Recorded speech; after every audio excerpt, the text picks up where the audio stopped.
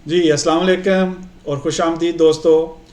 आज का मौजू साइंस पर ही है, लेकिन ये साइंस जो है रिलेटेड टू है ऑयल एंड गैस के। हम आज के मौजू में 3 सवालों के जवाब ढूंढने की कोशिश करेंगे। आप लोगों ने सुना होगा कि पाकिस्तान के जो बॉर्डर है ईरान के साथ लगता है, उसमें बहुत ज़्यादा ऑयल एंड गैस पाया जाता है, लेकिन कुछ हुकूमतों के दरमियान माहदे की वजह से वो ईरान पाकिस्तान को वहाँ से ऑयल निकालने नहीं दे रहा, तो जिसकी वजह से वो हम ऑयल निकाल नहीं पा रहे।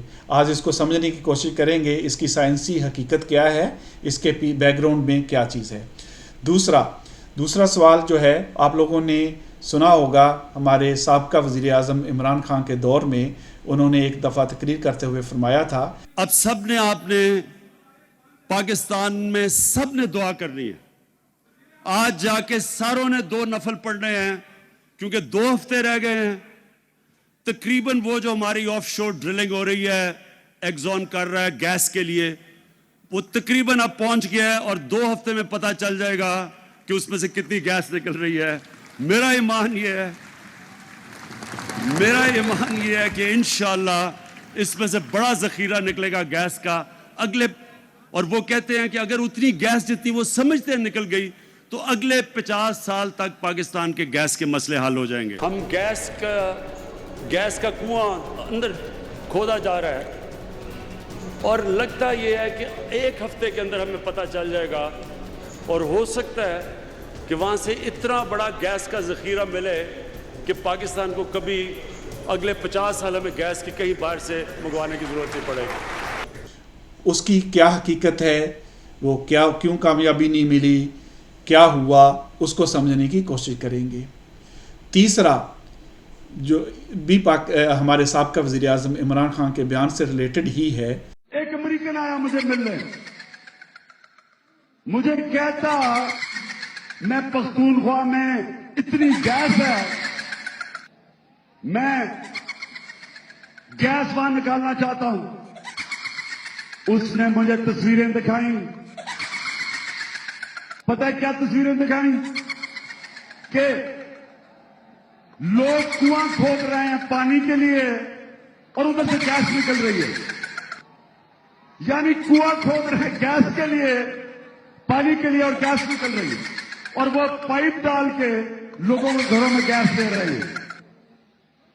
पख्तूनख्वा में हर तीसरा कुआं खोदते हैं, उसमें से गैस निकलती है। जिसमें उन्होंने फरमाया था कि केपीके में लोग कुआं तो खोदते हैं पानी के लिए, लेकिन वहाँ से गैस निकल आती है।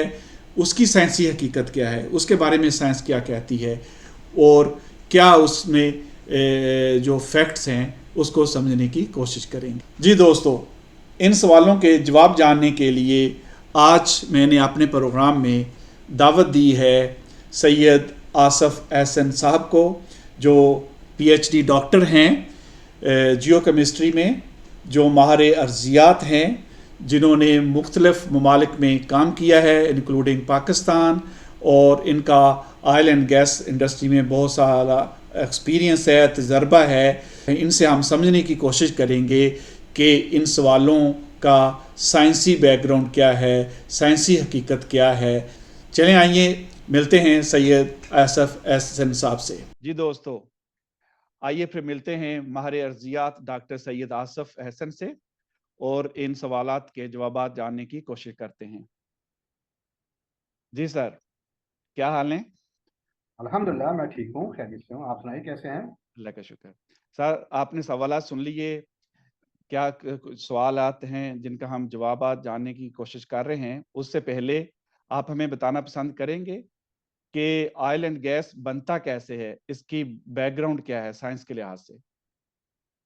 जी नदीम, काफ़ी दिलचस्प सवाल है ये आपका। मेरे ख्याल से ये एक स्लाइड मैंने तैयार की है, जर्नल स्केच है ये बेसिकली, जो कि आपको ये बताएगा कि ऑयल एंड गैस बेसिकली किन चीज़ों से बनता है और जो है वो जिस चट्टान में, जिस रॉक में वो डिपॉजिट होता है, उसको हम क्या कहते हैं। तो ये वो स्लाइड है जो बेसिकली पेट्रोलियम सिस्टम को डिस्कस करती है।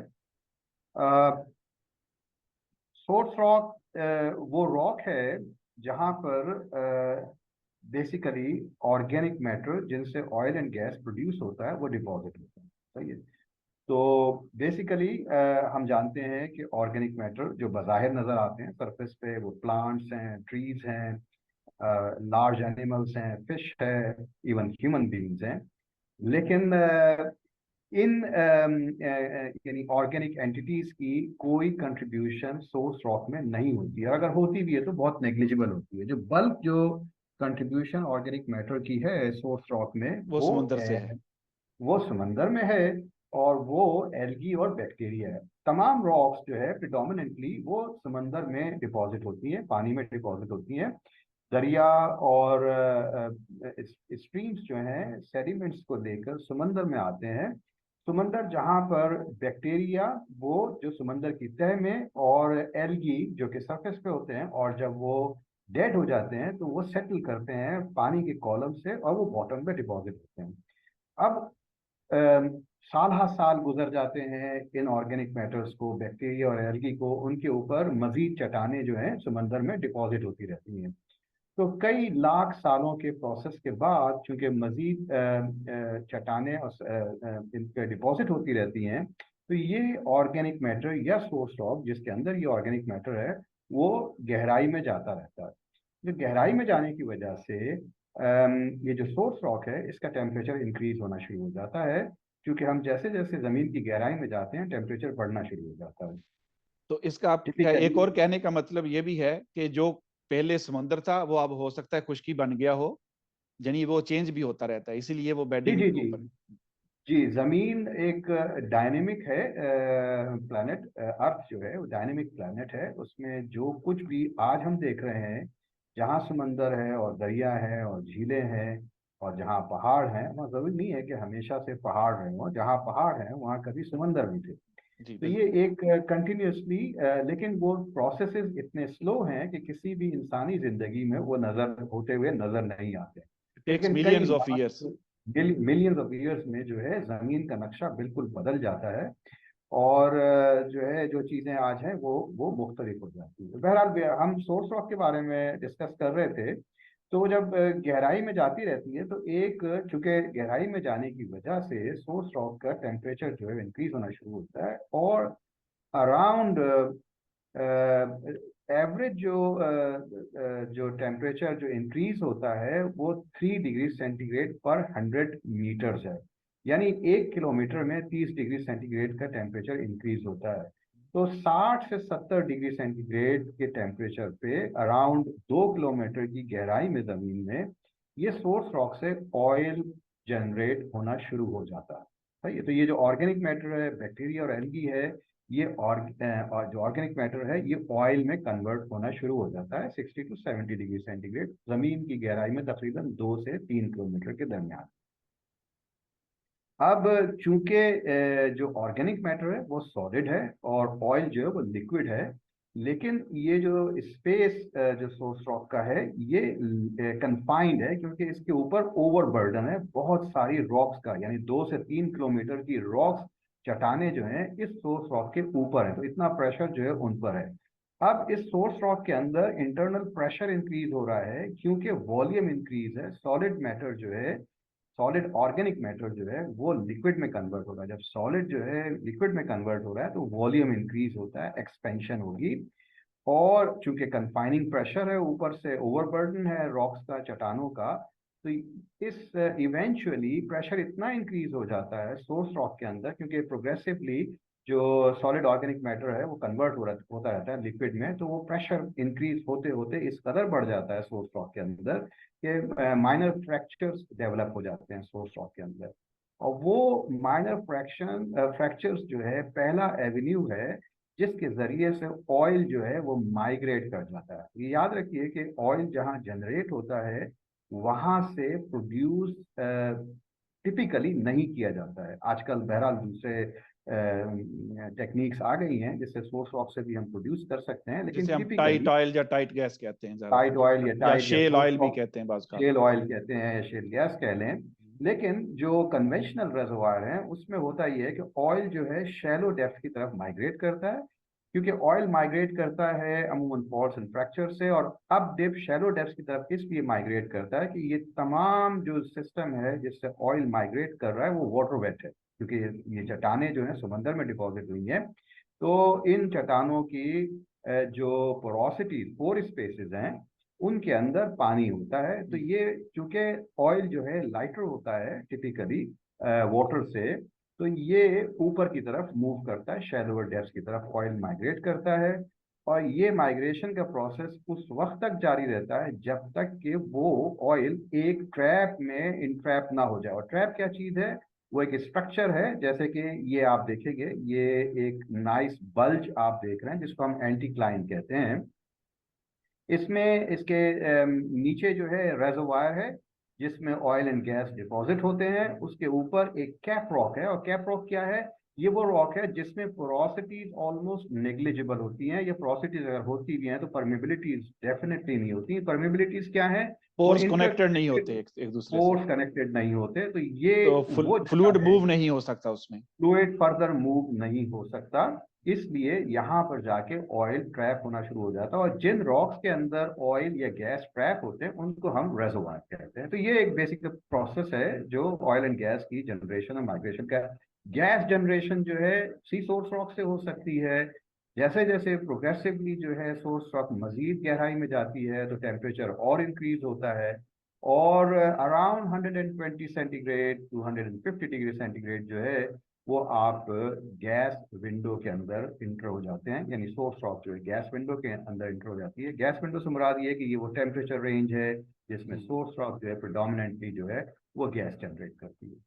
और ऑब्वियसली एक नैरो टेम्परेचर रेंज है जिसमें बहुत ही रिच गैस होती है। यानी रिच गैस से मुराद ये है कि उसमें लाइट ऑयल के फ्रैक्शंस होंगे, और इनिशियली जो है हैवी ऑयल जनरेट होता है सोर्स रॉक से। यानी बिल्कुल फर्स्ट स्टेज में हैवी ऑयल जनरेट होता है ऑयल सोर्स रॉक से। तो ये प्रोसेस है।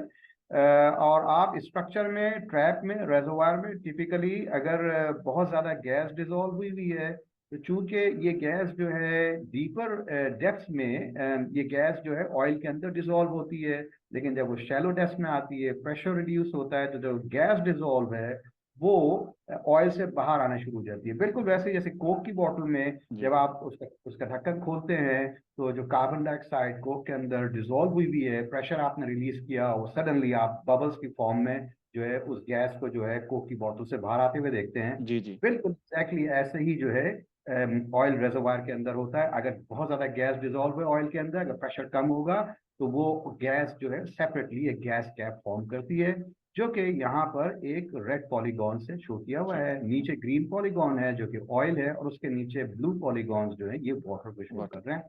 ये जो लाइन है ये फॉल्ट है जिसके अलोंग जो है टिपिकली ऑयल की माइग्रेशन होती है। पहले fault and fractures source rock के अंदर होते हैं, वो फ्रैक्चर्स जो हैं इस मेजर फॉल्ट से कनेक्टेड होते हैं। इस कनेक्शन की वजह से ऑयल जो है ऊपर की तरफ माइग्रेट होके फिर ये रेजोवायर रॉक में ट्रैप में जो है इनट्रैप होना शुरू हो जाता है। इस पूरे प्रोसेस में मिलियंस ऑफ ईयर्स लगते हैं। यानी process of generation, migration and accumulation of oil and gas in a trap takes hundreds of thousands of years to millions of years. It's a slow process. Thank you sir. जो आपने एक reservoir show किया इसमें आपने water, oil और gas show किया हुआ है ना, दिखाया हुआ है, लेकिन यूजुअली क्या ऐसा ही होता है जहाँ कुछ ऐसे रेजर्वायर होते हैं जो रेजर्वायर में फुल ऑयल होता है, माइट भी गैस जब प्रोड्यूस कराते हैं तो गैस आ रही होती है, जब वो गैस रेजर्वायर भी होते हैं जहाँ दोनों चीजें मौजूद होती हैं, किस किस्म का सिस्टम होता है? जी बेसिकली रेजर्वायर के अंदर तीनों सिचुएशंस हो सकती हैं। आपके पास सिर्फ ऑयल हो सकता है, आपके पास बोथ ऑयल एंड गैस हो सकता है, और आपके पास सिर्फ गैस भी हो सकती है। ये डिपेंड करता है कि सोर्स रॉक में और प्रेशर की रिजीम कैसी है। यानी इन दोनों सोर्स रॉक जहाँ से ऑयल या गैस जनरेट होता है वो कितना टेम्परेचर एक्सपीरियंस कर रहा है, और रेजर्वायर का प्रेशर क्या है। तो अगर बहुत high amount of gas dissolve है ऑयल में, और उसको हम मेजर करते हैं गैस टू ऑयल रेशियो से, तो और प्रेशर काफी कम है तो वो जो गैस डिजोल्व है वो एक सेपरेट गैस कैप बनाएगी और नीचे एक ऑयल लेग होगा। लेकिन अगर यही सोर्स रॉक जो है काफी हाई टेम्परेचर एक्सपीरियंस कर रही है और वो गैस विंडो के अंदर पहुंच चुकी है, तो ये सिर्फ गैस जनरेट करेगी रेजर्वायर में, मैंने इसको चार्ज करेगी गैस से, तो और इसको हम गैस रेजर्वायर कहेंगे। उसको gas reservoir basically. Thank you तो ये सर। डिपेंड करता है सोर्स रॉक की मेच्योरिटी से और किस टेम्परेचर रिजीम में है, और सोर्स रॉक का कंटेंट यानी ऑर्गेनिक मैटर क्या है। बैक्टीरिया और एल्गी टिपिकली ऑयल जनरेट करते हैं when as long as the source rock is within the oil window, but the higher plants can also generate some amount of hydrocarbon, which is typically gas. But of course, उसके लिए आपको deeper burial depth में higher temperature चाहिए ताकि वो mature हो सके और गैस जनरेट कर सके। Thank you sir. सर अब एक क्वेश्चन है, जो आपने सुना होगा कि इस कंपनी को जे लाइसेंस मिल गया इस एरिया का एक्सप्लोरेशन के लिए, इसका मिल गया। अगर वो कंपनियां जो लाइसेंस लेती हैं वो किस तरह पता करती हैं, क्या उनके पास होता है अगर सर्वे वगैरह पहले मौजूद डाटा ना हो कि यहाँ पे ऑयल एंड गैस हो सकता है, हमें इसका लाइसेंस ले लेना चाहिए? Okay, interesting question Nadeem. License देखें, तीन चार सिनारियोज हो सकते हैं। एक वो एरियाज हो सकते हैं जहां पर कि कोई एक्सप्लोरेशन पहले ना हुई भी हो। एक वो एरियाज हैं जहां कुछ वेल्स हैं, वाइल्ड कैट वेल्स हैं, और एक वो एरिया है जहां पर कुछ वेल्स जहां पे प्रोडक्शन और डिस्कवरीज ऑलरेडी मौजूद हैं। और ऑब्वियसली डेटा की जो रिक्वायरमेंट है इन तीनों एरियाज में मुख्तलिफ होगी। जो बिल्कुल अननोन एरिया है वहां पर आपको कोई ना कोई सरफेस पे कोई रॉक्स मिलेंगी जो एनालॉग होंगी। जैसे मैंने कहा कि ये रेजर्वायर रॉक है, तो ये रेजर्वायर और सोर्स रॉक अगर ये सरफेस पे आई हुई हैं, ये कहीं सरफेस एनालॉग पे एक्सपोज हुआ है, सरफेस पे एक्सपोज है पहाड़ों में और सरफेस पे एक्सपोज हुई हुई है, तो आप उनका सैंपल ले सकते हैं, उनकी स्टडी कर सकते हैं। इसी तरह रेजर्वायर की क्वालिटी, रेजर्वायर में पोरोसिटी और परमेबिलिटी को सरफेस सैंपल से, जो कि सरफेस पे एक्सपोज हुई हुई हैं, आप उनके सैंपल लेके स्टडी कर सकते हैं। और बेसिकली आप ये अंडरस्टैंड करने की कोशिश करते हैं कि एक वर्किंग पेट्रोलियम सिस्टम जिसमें सोर्स और रेजर्वायर रॉक अवेलेबल होगी इन द सब सरफेस या नहीं। ये तो पहला यानी प्रेमिसिस है कि जहां से आप स्टार्ट करते हैं। उसके बाद आपके पास सर्वेज होते हैं। बेसिकली आप ग्रेविटी मैग्नेटिक सर्वे है जो कि अमूमन एयरबॉर्न होता है, सरफेस पे भी लिया जा सकता है। हैंड हेल्ड इंस्ट्रूमेंट होते हैं।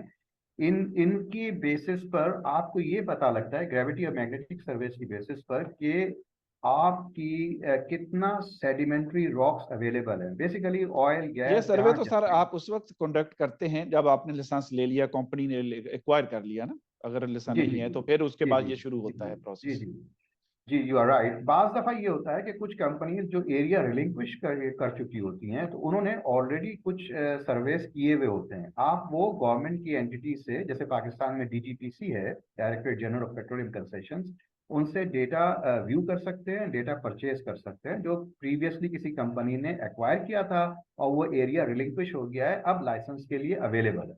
तो दैट्स पॉसिबल। तो और बाज दफा ये होता है कि रीजनल स्केल के आपके पास ग्रेविटी मैग्नेटिक बास कंट्रीज में गवर्नमेंट खुद एक्वायर करके रखती है ताकि कंपनीज को वो अट्रैक्ट कर सके अट्रैक्ट कर सके। एरियाज की लाइसेंसिंग वगैरह के लिए, एप्लीकेशन के लिए।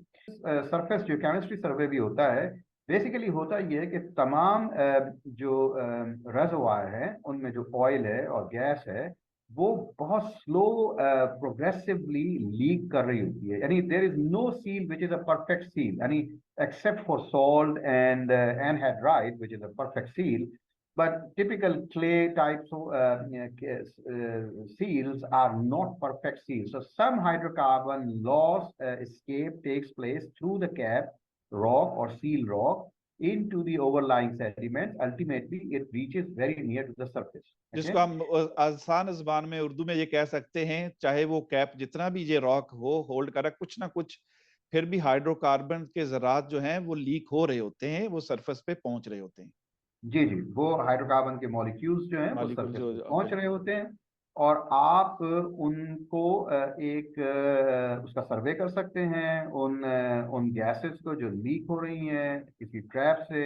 और बेसिकली जहां पर कंसंट्रेशन हाईएस्ट होगी सरफेस सॉइल सैंपल्स में, वो एरियाज हैं जो आपके इंटरेस्टिंग एरियाज हो सकते हैं। तो ये 3-4 सर्वेज हैं। तो लास्ट सर्वे जो है वो साइज्मिक सर्वे है, जो कि मोस्ट एक्सपेंसिव है। ऑयल बिजनेस में हम हमेशा जो है रिकॉनाइसेंस टाइप ऑफ सर्वे करते हैं, जो कि लार्जर एरियाज में होते हैं, जो कि चीपर होते हैं। जब हम एरिया हाईलाइट कर लेते हैं लार्जर रिकॉनाइसेंस सर्वे से, तो हम जो है स्मॉलर एरिया में मोर एक्सपेंसिव सर्वे करते हैं, जो कि साइज्मिक है।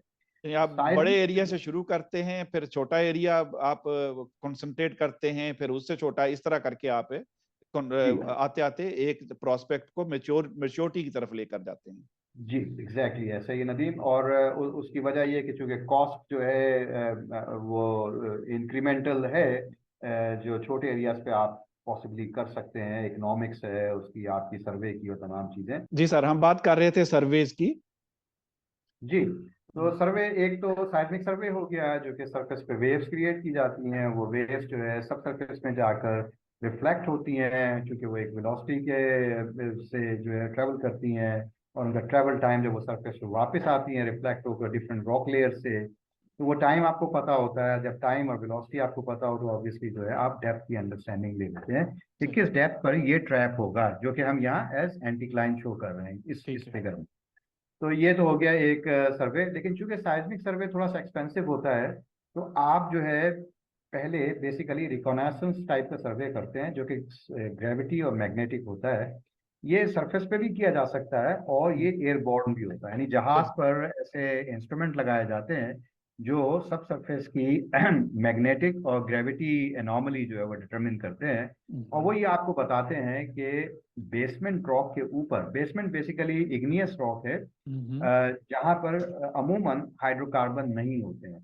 तो आपकी उस बेसमेंट रॉक से ऊपर सेडिमेंट्री रॉक्स कितनी हैं। बेसिकली सेडिमेंट्री रॉक्स जो पानी में डिपॉजिट होती हैं, कुछ पानी हवा से भी डिपॉजिट होती हैं, लेकिन प्रिडोमिनेंटली जो है पानी में डिपॉजिट होती हैं, तो इनको हम सेडिमेंट्री रॉक्स कहते हैं।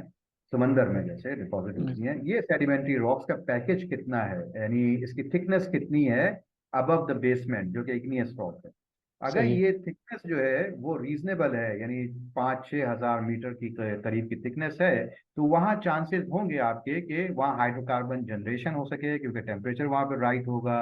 वहाँ पे अगर आपको rocks, reasonable source rocks available हैं, तो मोस्ट लाइकली आपको हाइड्रोकार्बन की डिस्कवरी मिल सकती है। सही। तो अब आप ऐसी एनोमलीज को पॉइंट आउट कर कर बेसिन के अंदर, एरिया के अंदर, आप उन एरियाज में साइज्मिक एक्वायर करते हैं, क्योंकि gravity magnetic simple cost, less cost का जो है सर्वे है, लार्जर एरियाज पे कर सकते हैं। उन लार्जर एरियाज की बेसिस पर आप छोटा एरिया जो है साइज्मिक के लिए कार्व सिलेक्ट आउट कर करते हैं। सिलेक्ट करते हैं, क्योंकि साइज्मिक थोड़ा एक्सपेंसिव है ग्रेविटी सही। मैग्नेटिक।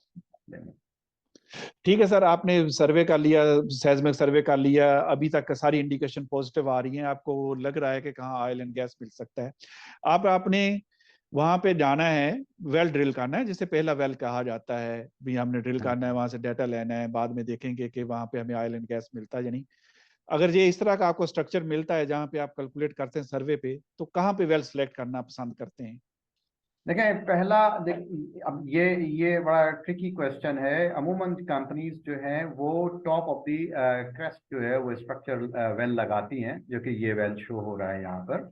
और यहाँ पर सबसे ज्यादा चांसेस होते हैं हाइड्रोकार्बन के मिलने के, क्योंकि नीचे आप इस वेल के अगर स्ट्रक्चर में नीचे जाएंगे, तो चांसेस होते हैं कि पानी मिलने के चांसेस होते हैं। इसलिए कंपनीज जो है कहती हैं कि हम पहला वेल जो है टॉप ऑफ द स्ट्रक्चर लगाएंगे।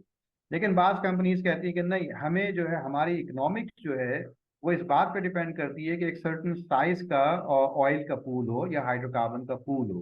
तो हम जो है फ्लैंक पे जाएंगे उस हद तक जहां तक कि पानी ना मिल जाए हमें, ताकि हमें एक लार्जर एक्सटेंट का अंदाजा हो जाए। बेसिकली दूसरी कंपनीज जो जो top of the structure well करती हैं, बाद में उन्हें भी वेल जो है ड्रिल करने होते हैं, ताकि वो जो हाइड्रोकार्बन का वॉल्यूम है और ट्रैप का साइज है, रेजर्वायर का साइज है, उसका अंदाजा कर सकें।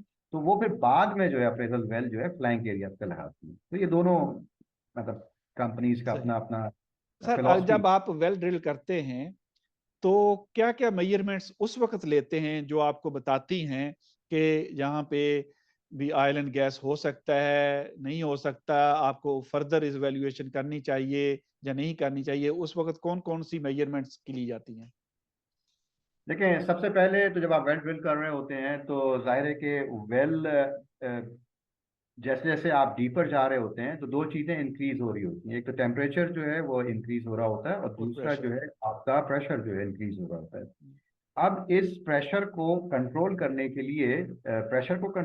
के लिए आप मड यूज करते हो, ताकि आपकी बिट जो ड्रिल कर रही है उसका वियर टियर ना हो सके या स्लो वियर टियर हो सके। अदरवाइज जो है आपको बार बार जो है वेल से बाहर बिट को ले जाना पड़ेगा, नई बिट लगानी पड़ेगी, और आपकी कॉस्ट जो है वो इंक्रीज होती जाएगी, और जी कॉस्ट वही ऑफ मड ड्रिलिंग आपका कटिंग भी सरफेस पे लेके आता है। जी जी। तो कटिंग्स जो मड है और जो कटिंग सरफेस पर आती है, कटिंग से मुराद ये कि जिन रॉक्स को आपने ड्रिल कर रहे हैं उनके पीसेस जो हैं वो मड के साथ जो है सरफेस पे आ रहे होते हैं, क्योंकि मड जो है कॉन्स्टेंटली सर्कुलेट कर रही होती है वेल के अंदर, ताकि प्रेशर को कंट्रोल किया जा सके, ताकि वेल की ड्रिल बिट जो ड्रिल बिट है उसका वियर टियर कम से कम हो सके और आपके ट्रिप जो है वो कम से कम हो सके। तो कॉस्ट एफिशिएंट ये मेथड है कि आपको जो है, और दूसरा तीसरी चीज प्रेशर को कंट्रोल करना है।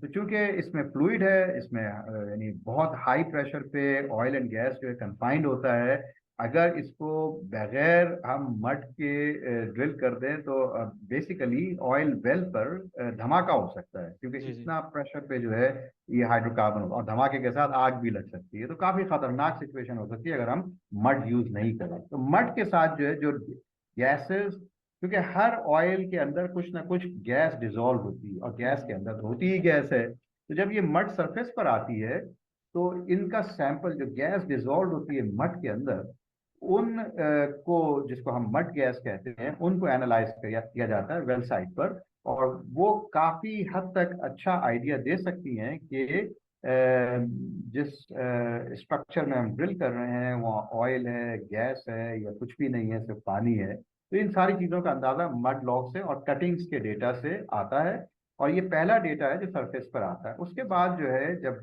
अमूमन बल्कि पॉजिटिव अब तो इंडिकेशंस हो तो हम फिर हाँ, लॉग्स रन करते हैं जो और फिर वायरलैंड के लॉग थ्रू। रन करते हैं क्योंकि वो मोर एक्सपेंसिव है। बाज दफा हम लॉगिंग वाइल ड्रिलिंग भी कर रहे होते हैं। तो मतलब बेसिकली कई टाइप के डेटा हैं जो हम एक्वायर कर रहे होते यानी हैं। आपको पॉजिटिव इंडिकेशन जा रही हो तो आप ज्यादा से ज्यादा फिर और डेटा लेने की कोशिश करते हैं। फिर और डेटा लेने की कोशिश करते हैं, और बाज दफा हम कोर भी ले लेते हैं। कोर क्या है कि वो पूरा जो है तो रेजोवायर का सेक्शन, अमूमन रेजोवायर के सेक्शन में हम कोर ले लेते। कोर ये है कि भाई अमूमन टिपिकली 90 फीट की कोर होती है, वो हम जो है यानी आप उस रॉक को कट करते हैं, सरफेस पे ले आते हैं। ये सरफेस पे पूरा का पूरा जो है कोर बैरल होता है, जिसमें वो रॉक अंदर आ जाती है, पूरी की पूरी रेजोवायर की रॉक जो है वो सरफेस पे आ जाती है। और अब आप उस पर तमाम स्टडीज कर सकते हैं, उसमें रेजोवायर की प्रॉपर्टीज को देख सकते हैं, उसमें फ्लूइड के कंटेंट को देख सकते हैं। तो वो तमाम जो स्टडीज है वो कर सकते हैं आप। प्लस आपके पास लॉग डेटा आ रहा है जो कि अमूमन जो है, अगर LWD लॉगिंग वाइल ड्रिलिंग नहीं है तो वो जो है ज़ाहिर है कि फिर आप तो अगर ये सारी चीजें पॉजिटिव हैं तो क्या आप अनाउंस कर सकते हैं कि नहीं हमें ऑयल एंड गैस मिल गया, डिस्कवरी हो गई?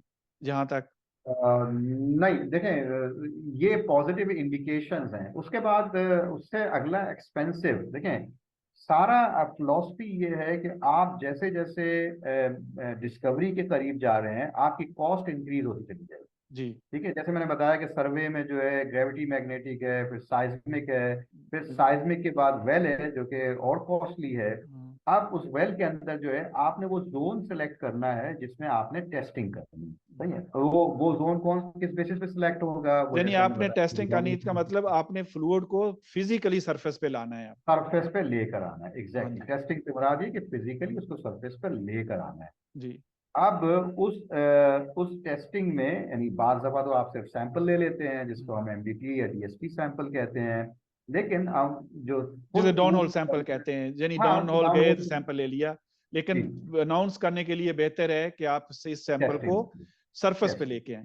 सरफेस पे लेके आए, और बेसिकली किस रेट से वो फ्लो कर रहा है, उसकी कंपोजिशन क्या है। रेट से मुराद ये है कि कितने बैरल या कितने क्यूबिक फीट ऑफ गैस, कितने बैरल ऑफ ऑयल पर पर डे, आवर एक या दिन में पर डे कितना की ऑयल बेसिस। देता प्रोड्यूस करेगा, हाँ कितनी गैस प्रोड्यूस करेगा। जी जी, तो ये और उसका प्रेशर कितना है। हाँ सर, तो अब ये ये तो चीजें होगी पूरे प्रोसेस। अब क्वेश्चन है कि जो क्या ये सारा प्रोसेस करने तक, टेस्टिंग तक, क्या हर आप जाते पॉजिटिव हर वेल कामयाब होता है या कोई चांसेस होते हैं फेलियर मीन ना डिस्कवरी नहीं हुई, वहां पे ऑयल एंड गैस नहीं है, क्या सक्सेस रेशो होती है आमतौर पे जनरली इन पेट्रोलियम इंडस्ट्री? देखें, पाकिस्तान का तो अमूमन कहा जाता है कि 1/3 जो है सक्सेस रेशियो, यानी हर 3 वेल में से एक वेल जो है वो कामयाब होता कामयाब। अब वो सक्सेस की डेफिनेशन भी है कि भाई कमर्शियल सक्सेस है, कितना लार्जर पूल है। तो है। बेसिकली कमर्शियल सक्सेस जो है ये है कि आपने इतना ऑयल या गैस दरियाफ्त कर लिया है इस वेल से कि जो है उसको बेचकर आप वेल की कॉस्ट को पूरा कर सकें, प्लस कुछ प्रॉफिट कमा जो आपने सकें। पैसे खर्च किए हैं इन सारे बिजनेस पे, सारा कुछ लगाया है, वो पूरे भी हों और आपका प्रॉफिट भी हो सके। प्रॉफिट भी हो तो वो सक्सेसफुल रहेगा। जी। अब होता यह है, बाज दफा हम चूंकि पाकिस्तान में और हर जगह जाहिर है कि हर हुकूमत का ये होता है कि वो ऑयल एंड गैस को दरियाफ्त करें। पाकिस्तान का फॉरेन एक्सचेंज रिजर्व्स जो है ऑयल एंड गैस की इंपोर्ट पर खर्च होता है, और पाकिस्तान हमेशा से फॉरेन एक्सचेंज रिजर्व्स में मुश्किलात में रहा है, और ऑयल एंड गैस में भी यानी पाकिस्तान इतना प्रोड्यूस नहीं करता जितना पाकिस्तान इंपोर्ट करता है। तो कोई भी डिस्कवरी जो है किसी भी हुकूमत के लिए एक बहुत बड़ी कामयाबी समझी जाती है। लेकिन इसमें होता ये है कि जब आप गैस या ऑयल वेल ड्रिल कर रहे होते हैं तो एक सर्ज जो है वो अचानक से आ सकता है ऑफ हाइड्रोकार्बन गैसेस, लेकिन वो जरूरी नहीं होता है कि वो किसी लार्जर वॉल्यूम को इंडिकेट कर रहा हो। यानी कोई बहुत बड़ा जखीरा नहीं हो सकता गैस का, लेकिन एक जो मड है उसके अंदर एक अचानक से एक गैस पॉकेट आ सकती है प्रॉफिट हो सकती जो है, कि सही। थोड़ी देर में खत्म हो सकती है। तो बाज लोग ये समझते हैं कि जनाब जो है हमें कोई बहुत बड़ी जो है दरियाफ्त हो कामयाबी गई मिल है, गई। कामयाबी मिल गई है, वो हद इसलिए तक कामयाबी होती नहीं है। जबकि वो कामयाबी दर हकीकत नहीं होती है। सही। तो कामयाबी के अनाउंसमेंट के लिए हमें थोड़ा सा सब्र और थोड़ी सी मजीद इन्वेस्टमेंट की जरूरत होती है ताकि हम अपने चीज़ों को अच्छी तरह समझ सकें, सिस्टम को। सही। तो इट मीन्स कंक्लूड ये करते हैं कि जो हर वेल ड्रिल करते हैं डिस्कवर आप अब एक्सप्लोर करने के लिए ऑयल एंड गैस, वो लाजमी नहीं है कि वो कामयाब हो। जी ठीक है। ऐसा ही है। पाकिस्तान में आपने जैसे बताया कि रेशो है 33% बनती है, 1/3 का मतलब है तकरीबन हम्म, वो बनती है। हम्म, और मेरा ख्याल हम्म, वर्ल्ड वाइड इससे भी कम होगी अगर इसको काम है। देखा जाए। चलें सर, हम अपने सवालों की तरफ आते हैं जो पहले क्वेश्चन रेज किए थे। सबसे पहला है कि जो ईरान के बॉर्डर के साथ जो मशहूर है कि पाकिस्तान को वहां पे प्रोड्यूस नहीं करने दिया जाता, वहां पे बहुत ज्यादा ऑयल है, पाकिस्तान का एरिया नीचे है, अगर पाकिस्तान वहां पे ड्रिल करे, वहां पे ना करे तो सारा ऑयल ही पाकिस्तान की तरफ आ जाए, उसकी क्या हकीकत है? देखिए, ये मैप जो है दर हकीकत सारा कुछ खोल के बता रहा है। जी। तो ये जितने भी ग्रीन डॉट्स आप देख रहे हैं ये सारी ईरान के अंदर ऑयल की डिस्कवरीज हैं, और ये रेड जो टेक्स्ट आप देख रहे हैं और यहाँ पे इस मैप पर वो रेड इंडिकेट हुआ हुआ है, ये गैस की गैस डिस्कवरीज हैं। डिस्कवरीज हैं। ये सारी की सारी ईरान के मगरबी हिस्से में है, जिसको जो इराक आप के साथ लगता है। जो कि इराक और कुवैत, ऊपर कोई कुवैत जी के बिल्कुल। साथ जो है जाके लगता है। अब आप पाकिस्तान का डिस्टेंस देखिए, बलूचिस्तान हमारा जो वेस्टर्न प्रोविंस है जो कि ईरान के साथ ईस्टर्न पार्ट के साथ लगता है, वहाँ पे कुछ भी अभी तक कोई ऐसा नहीं हुआ है। खारान बेसिन में कुछ वेल्स ड्रिल किए हैं पीपीएल ने फ्यू इयर्स बैक, अनफॉर्चुनेटली इसमें कोई डिस्कवरी कोई कुछ नहीं मिला। तो आप देख लीजिए कि ईरान की प्रोडक्शन डिस्कवरीज कहाँ पर है और पाकिस्तान का डिस्टेंस कितने दूर है। सही है। तो तो ये इसका कई मतलब है कि आप कहना चाह रहे हैं कि पाकिस्तान के साथ जो है ये जो मिथ बनी हुई है कि ईरान वहां से बहुत तेल निकाल रहा है, उसमें कोई हकीकत नहीं है। कोई हकीकत नहीं है, अलग अलग सिस्टम है, ये बिल्कुल अलग रॉक्स हैं, अलग सिस्टम है। और आप देख लें कि जोग्राफियाई जो फासले हैं वो कितने ज्यादा हैं जी। दोनों के दरमियान में। अब दूसरा अब सवाल है कि वैसे ऐसा पॉसिबल है कि कोई ऐसा बड़ा जखीरा हो जो दो मुल्कों के दरमियान शेयर्ड हो? ऐसा हो भी तो सकता। फॉर एग्जांपल जे जो कतर का रेजरवायर है और ईरान में जे आमतौर पे शेयर्ड रेजरवायर है, 60% कतर में है, 40% वो ईरान में है। तो ये साइंटिफिकली पॉसिबल भी तो है ना? जी जी जी जी, ऐसा है, बिल्कुल है। खफजी का एरिया सऊदी अरेबिया और आई बिलीव कुवैत के दरमियान शेयर होता है। हाँ, यस। ईरान ईरान और इराक के दरमियान भी कुछ फील्ड्स हैं जो शेयर होती हैं। और इसी तरह सऊदी अरब और कुवैत के दरमियान भी आई बिलीव के जो है शेयर होती है। और वर्ल्ड में जो है वो होता है, वो यानी रेजर्वायर अंडरस्टैंड। शेयर्ड हो सकता है, लेकिन ऐसा नहीं है, अगर शेयर्ड भी हो तो वो अपने हिस्से का निकाल लेंगे। ऐसा नहीं हो सकता कि वो सारे का सारा ऑयल उधर मूव कर जाए।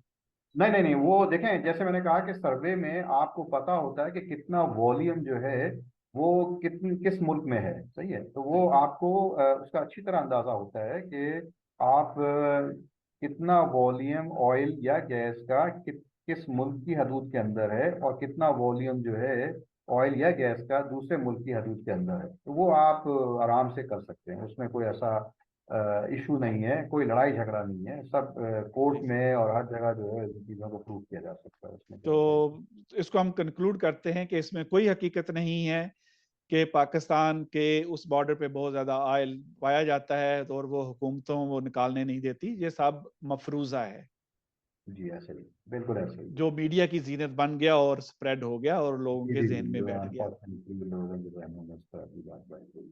ठीक है सर, हम अब दूसरे क्वेश्चन की तरफ आते हैं। तो जो इमरान साहब ने कहा कि इसके लिए दुआ कीजिए, में इसमें जो वेल ऑफशोर में ड्रिल हो रहा है सक्सेस, तो हमने इसको देखा भी है आपके पहले राउंड में कि लाजमी नहीं है कि हर वेल जो है जो भी आप करें वो कामयाब हो। सर, इस वेल की जो ऑफशोर में था इसकी क्या हकीकत है, इसके पीछे क्या बैकग्राउंड है, क्या साइंस है? इसमें एक बात कही थी कि हो सकता है गैस लीक भी हो गई हो कि हमें ना मिले, तो इसमें क्या बैकग्राउंड है इसका? देखें, गैस की लीकेज जैसे मैंने आपको बताया कि आपके पास ट्रैप मिला, हम्म। ठीक है, ये ट्रैप है, यानी इसकी मौजूदगी लाजमी है। ये साइंटिफिक सर्वे से पता लगता है कि भाई ऐसा एक स्ट्रक्चर जेर जमीन मौजूद है जिसमें तेल या गैस की मौजूदगी मुमकिन हो सकती है। पहली चीज तो जो ये है, उसको होल्ड करके रखे, बाहर ना जो निकल इसको जाए। होल्ड करके रख सकती है। ठीक है। लेकिन अगर इसके उस हिस्से में फॉल्ट्स या फ्रैक्चर्स हों, यानी ये स्ट्रक्चर ऊपर से कटा फिटा हो, हम्म। उसमें जो है दरारें पड़ी हुई हो, तो हम्म। जो ऑयल या गैस है वो लीक कर सकता है, ठीक है, और लीक करके सरफेस पे या सरफेस के करीब जा सकता है, बजाय यानी इसके वो कि वो, इस रेजरवायर में जमा नहीं हुआ, उसे क्योंकि बल्कि वो वो ट्रैप डिस्पर्स नहीं मिला तो वो बाहर निकल गया। तो वो जब हमने ड्रिल किया तो वो उसमें ऑयल एंड गैस नहीं था। नहीं, नहीं। तो ये अ, मुमकिन हो सकता है ऐसा फॉल्ट्स एंड फ्रैक्चर्स का सिस्टम। अब वो अच्छा, उसमें भी अब वो जियोलॉजिकल पास्ट में हुआ है इस तरह के, कई हजार साल पहले हुआ है जी ये जी। वाकया कि वो जो भी ऑयल या गैस था वो लीक हो गया और स्ट्रक्चर में अब कुछ नहीं मौजूद रहा या बहुत थोड़ा रह गया, या वो अभी भी हो रहा है। या शुरू तो में ही दोनों ऐसा सिचुएशन। प्रोसेस था, वो क्यूमुलेट होने ही नहीं दिया, वो जब भी वो उधर माइग्रेट कर रहा था साथ लीक भी हो रहा था। हाँ, और या ये है कि वो अभी माइग्रेट हो रहा है और वो सरफेस पे आ रहा है। ऐसी सिचुएशन भी होती है जिसकी, जो कि हम आज उसको माइक्रो सीपेज के या मैक्रो सीपेज की सूरत में देख सकते हैं। तो हम उसको करते हैं, जो तीसरा क्वेश्चन है वही उसी बारे में, जो केपी के बारे में है, जो मेरे व्यूअर्स वीडियो देख चुके हैं, कि जिसमें इमरान खान ने बताया कि एक अमेरिकन ने आके बताया कि लोग कुआं खोदते हैं पानी के लिए, वहां से गैस मिलती है, उसका बैकग्राउंड क्या है? देखें, अमेरिकन को बताने की कोई ज़रूरत नहीं है, क्योंकि वो तो सरफेस पे चीज़ें नज़र आ रही हैं। गैस अगर है तो वो ऑब्वियसली बर्न होती है, हम्म। और हकीकत उसकी वही है कि अनफॉर्चुनेटली जो गैस कहीं सब सरफेस में इस तरह के स्ट्रक्चर के अंदर ट्रैप होनी चाहिए थी कमर्शियल क्वांटिटी में, वो चूंकि ये ट्रैप मुख्तलिफ जियोलॉजिकल प्रोसेसेस की वजह से टूट गया है, कट गया है, तो वो जो गैस है वो लीक कर रही है। अच्छा, वो लीक कर रही है किसी फोकस्ड पॉइंट पर नहीं, बल्कि वो कुछ इधर कर रही है, कुछ इधर कर रही है, कुछ इधर कर रही है, तो हर जगह जो है वो फैली हुई है। अब इस तरह की डिस्पर्स गैस को आप कमर्शियली प्रोड्यूस नहीं कर सकते। जिस तरह पानी अगर इधर उधर फैल जाए तो आपको पानी का बड़ा जखीरा नहीं मिलेगा, इसी तरह गैस जो है किसी सब सरफेस स्ट्रक्चर से सरफेस पे आते आते इतनी ज्यादा फैल जाए, डिस्पर्स हो जाए, तो आपको एक जगह पे चंद क्यूबिक फीट इधर मिलेगी, एक दिन में एक दो चार क्यूबिक फीट इधर मिल जाएगी, चार क्यूबिक फीट कहीं और मिल जाएगी। इस तरह के पॉकेट्स आपको मिलेंगे जो कि शायद किसी के घर की जरूरत के लिए या तंदूर पे रोटी लगाने के लिए तो शायद काफी हो, लेकिन एक लार्ज ऑयल कंपनी के लिए या किसी रीजनेबल साइज की कंपनी के लिए वो कमर्शियल नहीं है। पाकिस्तान में ऑयल और गैस के फ्यूचर प्रोस्पेक्ट्स क्या हैं आपकी नजर में? अच्छा, फ्यूचर प्रोस्पेक्ट्स जो है पाकिस्तान का, इनफैक्ट ऑनशोर एरिया है वो काफी लार्ज एक्सटेंट जो है वो एक्सप्लोर हुआ हुआ है। और जहाँ जहाँ डिस्कवरीज हुई हुई हैं वहाँ अच्छा खासा साइज्मिक सर्वे है, ग्रेविटी मैग्नेटिक सर्वेज भी हैं। जो एरिया रह गया है और जो कि बहुत बड़ा एरिया है वो ऑफशोर का है, समंदर का इलाका है। समंदर ऑफशोर का और के some extent of maybe Balochistan as well, कुछ कुछ हिस्सा क्योंकि बलूचिस्तान भी बलूचिस्तान बहुत का बड़ा है है। ना, वो थोड़ा एरिया ही हाँ, एक्सप्लोर हुआ है। जी जी। देखिए, बलूचिस्तान में हमने ये जो खारान डेजर्ट के एरिया है, पीसीएल ने कुछ वेल ड्रिल किए हैं वहाँ पर, वाइल्ड कैट वेल से वो वहाँ पर भी अनफॉर्चुनेटली सक्सेस नहीं मिली। बलूचिस्तान में कुछ एरियाज हैं जहाँ पर पॉसिबिलिटी हो सकती है, लेकिन लार्ज सिग्निफिकेंट वॉल्यूम ऑयल या गैस की जिससे मुल्क की किस्मत बदल जाए और वो सेवरल ऑफशोर में डेकेड्स पॉसिबल। के लिए जो है वो ऑफशोर में मुमकिन है। लेकिन उसके लिए चूंकि ऑफशोर के तमाम एक्टिविटीज जो हैं बहुत महंगी है, इवैल्यूएशन के, ड्रिलिंग के, तमाम चीजें तो बहुत एक्सपेंसिव है और उसमें रिस्क पैसा बहुत बहुत हाई। लगता हाँ, रिस्क बहुत हाई है क्योंकि आपके पास कोई डिस्कवरीज नहीं है वहां पर, कमर्शियल डिस्कवरी कोई नहीं है, तो रिस्क भी बहुत ज्यादा है। तो ऑयल कंपनी, इंटरनेशनल कंपनीज जो है उनके लिए अब आना थोड़ा सा मुश्किल होगा, लेकिन कोई ना कोई इंसेंटिव ऐसा हो सकता है, कोई कोई ना कोई ऐसा मैकेनिज्म हो सकता है जिसकी बुनियाद पर कंपनीज को लाया जा सकता है। कुछ ऐसे सर्वेस हो सकते हैं जो कि आपको एरियाज डिफाइन कर सकते हैं या हाई ग्रेड कर सकते हैं, हाईलाइट कर सकते हैं, जिनकी बेसिस पर आप फोकस्ड एक्सप्लोरेशन कर सकोगे ऑफशोर एरियाज में। है। सर, हम इन्हें इन सवालों के जवाब देख लिए, फ्यूचर प्रोस्पेक्ट का देख लिया कि ज्यादातर ऑफशोर में है। अब एक और चीज कही जाती है, टाइट गैस, टाइट ऑयल, उसका प्रोस्पेक्ट्स पाकिस्तान में क्या है और वो क्या चीज होती है? देखिए, हमने हमने बात की पोरोसिटीज की, यानी वो रॉक्स और ग्रेन्स जो जिनकी बुनियाद पर रॉक्स बनती हैं, वो ग्रेन्स जो हैं उनके दरमियान कुछ स्पेसिस होते हैं जिनको हम पोरोसिटीज कहते हैं। और वो पोरोसिटीज अगर कनेक्टेड होंगी तो आपकी रॉक अच्छी होगी। अगर वो पोरोसिटीज कनेक्टेड नहीं है आपस में, और पर्टिकुलरली कि वो वेल बोर तक कनेक्टेड हो, तो आपकी पोरोसिटीज जो हैं वो बहुत अच्छी हैं। आपकी परमेबिलिटी, इसको बेसिकली कहते हैं extent of connectivity of the pore spaces. अब जैसे जैसे ये पोर स्पेसेस छोटे होते चले जाते हैं, रॉक का वॉल्यूम बढ़ता चले जाता है, पोर स्पेसेस कम होते चले जाते हैं, तो एक लिमिट पे वो पहुंचकर इतने कम वो पोर स्पेसेस हो जाते हैं compare to the total rock volume कि हम उसको टाइट रॉक कहना शुरू कर देते हैं। ठीक है, जी। यानी यूएसजीएस, यूनाइटेड स्टेट्स जियोलॉजिकल सर्वे, डिफाइन करता है लेस देन 1 मिली डार्सी। मिली डार्सी वो परमिएबिलिटी की मेजरमेंट का यूनिट है। बेसिकली आप यूँ समझ लें कि वो बहुत ही कम उसमें ऑयल पोरोसिटी और गैस को मूव करना बहुत मुश्किल होता है, ये आप कहना चाहते तो ये तो हो गई टाइट रॉक। और सोर्स रॉक जो है, मैंने जैसे पहले एक्सप्लेन किया कि वहाँ पर ये वो रॉक है जिसके अंदर ऑर्गेनिक मैटर होता है, क्योंकि वहीं पर ऑयल एंड गैस बनता है। जनरेट होता है। तो ये बड़ा आसान लगता है कि मैं क्यों ना उस रॉक को ही से प्रोड्यूस कर लूँ जहाँ पे जो है वो जनरेट हो रहा है ऑयल जनरेट एंड हो गैस। रहा है। लेकिन वो चूंकि टाइट है तो अब आपको खुद उसमें पोरोसिटीज क्रिएट करनी पड़ती हैं, जिसको हम ट्रैकिंग कहते हैं। और परमेबिलिटी, फ्रैक्चर्स क्रिएट करने, मूव करने के लिए क्रिएट उनको। करने के लिए जो है हम, ताकि वो वेल बोर से कनेक्टेड हो जाए और वेल बोर जो है उसको प्रोड्यूस करना शुरू कर दे। प्रॉब्लम ये है कि चूंकि इसका एरिया टाइट रॉक का जिस एरिया से वो ऑयल फ्लो करके या गैस फ्लो करके वेल बोर में आ सकता है वो छोटा होता है, जिसको हम रेडियल एरिया कहते हैं। वो छोटा हो जाता है, नदीम बेहतर जानते हैं, वो थोड़े इंजीनियर हैं। इसलिए आपको और ज़्यादा वेल्स की ज़रूरत पड़ेगी। और हम बेसिकली हॉरिजॉन्टल वेल करते हैं टाइट रॉक्स के अंदर या सोर्स रॉक रिलेटेड जो लंबे वेल करने पड़ेंगे यानी बिल्कुल रेजर्वायर सुरंग, के अंदर। यानी बजाय इसके कि वो वेल की सूरत में जाए, आप सर्फ सर्फ सरफेस में जाके सुरंग खोदते हैं। और वो सुरंग जो है वो 3000 मीटर, 5000 मीटर, 7000 मीटर, 10,000 मीटर तक भी होती है। जी जी। और फिर उसमें जो है हम कई स्टेजेस में फ्रैक करते हैं along the length of that tunnel of that सुरंग। बेसिकली वो वेल नहीं रहता, वो एक सुरंग बन जाती सुरंग है बन टाइट। और वो इसलिए करते हैं ताकि आपका एरिया बढ़ जाए, क्योंकि वॉल्यूम इतना कम है टाइट रॉक्स की वजह से कि हर वेल के अंदर बहुत कम जो है ऑयल आएगा पर डे की बेसिस पर। तो आप तो उसको आपको ज्यादा बढ़ाना। खर्चा करना पड़ेगा। लेकिन उसका प्रोस्पेक्ट क्या है पाकिस्तान में? क्या टाइट गैस है, पाकिस्तान में देखिए, टाइट हाँ, ऑयल है? पाकिस्तान में टाइट, देखिए टाइट ऑयल के लिए आपको बेसिकली लाइट ऑयल चाहिए होगा, क्योंकि पोरोसिटीज जो है वो परमिबिलिटीज बहुत लो है। तो आप की जो मोबिलिटी जो कहलाती है वो जो है अच्छी होनी चाहिए उस जी जी। ऑयल की। तो लाइट ऑयल की मोबिलिटी अच्छी होगी इस तरह की रॉक्स में जहाँ पे आपकी परमिबिलिटी बहुत कम है। और वो मौजूद हैं खासतौर पे western part of lower Indus basin, जहाँ पर के रेजोवायर जो लोअर बुरू रेजोवायर है वो सिंध और सिंध का सिंध हिस्सा जो आप कहना चाह रहे हैं हाँ उसको। सिंध, हाँ जो सिंध का वस्ती इलाका, बलूचिस्तान का मशरकी हिस्सा, यहाँ पर जो है आपको इस तरह की पॉसिबिलिटीज मिल सकती हैं।